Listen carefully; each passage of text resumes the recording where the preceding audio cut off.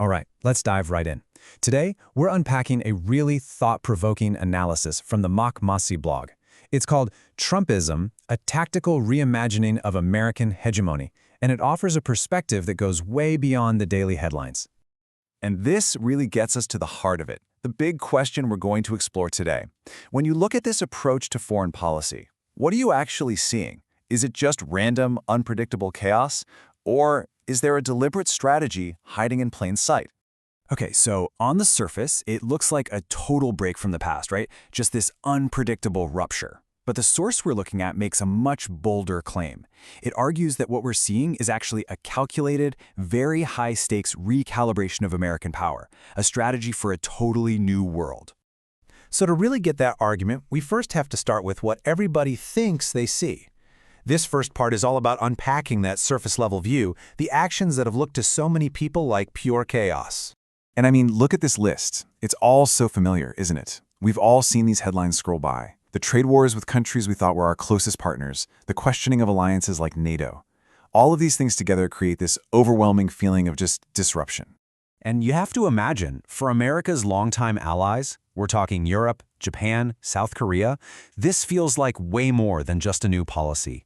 The source says it feels like a betrayal, like the rule book for the entire global order, one that's been in place for more than 70 years, is just being torn up.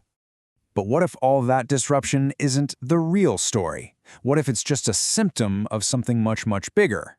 That's what this next section is all about.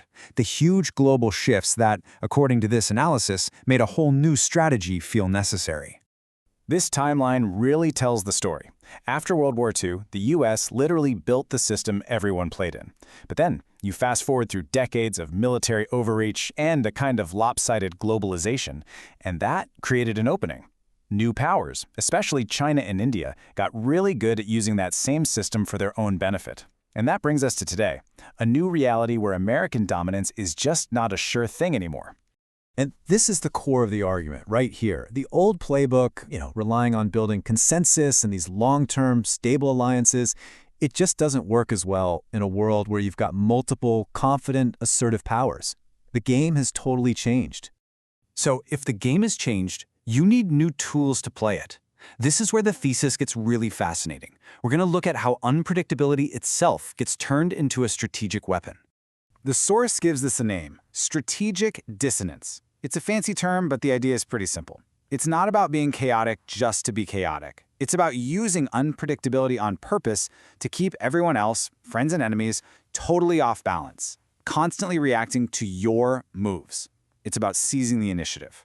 And this quote from the blog just nails it. Disruption gets completely reframed. It's not a problem you try to avoid anymore, it's a lever you intentionally pull. So, when you look at these actions through that lens, through the idea of strategic dissonance, they start to look less like random outbursts and more like a set of tools from a very specific, if controversial, toolkit. Slapping tariffs on allies, that tests their loyalty. Pulling out of the Paris Accord, that's a way of saying national interests come first. Each move is designed to shake up the old way of doing things. And, this kind of move isn't totally unprecedented. The source actually points to things like 19th century British diplomacy or even Nixon's shocking outreach to China in the 1970s. Both were disruptive, unexpected moves designed to totally reset the board and improve their own position. But, and I can't stress this enough, this is a huge but. When you treat foreign policy like a high-stakes poker game, the risks are just massive. Just because it's a strategy doesn't mean it's a good one or that it's guaranteed to work. I mean, just look at the potential fallout here. Allies you push away don't just sit around and wait. They find new partners. The EU hits back with its own tariffs. Japan starts building stronger ties in its own region, and maybe even more dangerous. In the long run, this whole approach could wear down the very international laws and institutions that, ironically, gave the US so much of its power for decades. Now, the reason the U.S. can even consider taking these kinds of risks is because of its incredible power, which is symbolized by this one number, a GDP of over $27 trillion. That economic engine is the bedrock of its global influence. But the big question is the strategy putting that very bedrock in jeopardy? This table just lays out the central gamble so perfectly. In that left column, you have the pillars of American power. Its unmatched military, its incredible tech, its magnetic pull for the world's best and brightest. But then, look at the right column. You can see how each of these disruptive tactics could directly weaken one of those pillars. You alienate allies, you weaken your defense. You restrict immigration, you might just starve your innovation engine.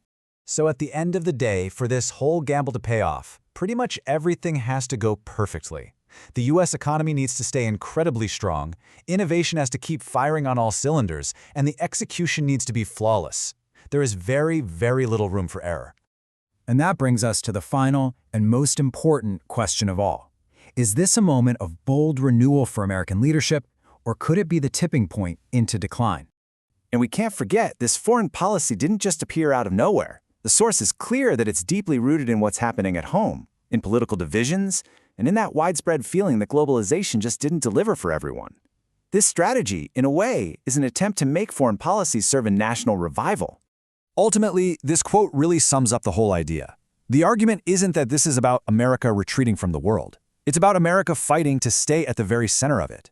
It's a tactical response to a new reality, one where America's role as the indispensable nation is no longer guaranteed. And so, this is where we're left. Will this high-stakes disruptive gamble actually succeed in renewing American dominance for a new era? Or will history look back on this as the moment the disruption just turned into decay, the tipping point where a great power gambled big and lost? That's the question, and the answer is still being written.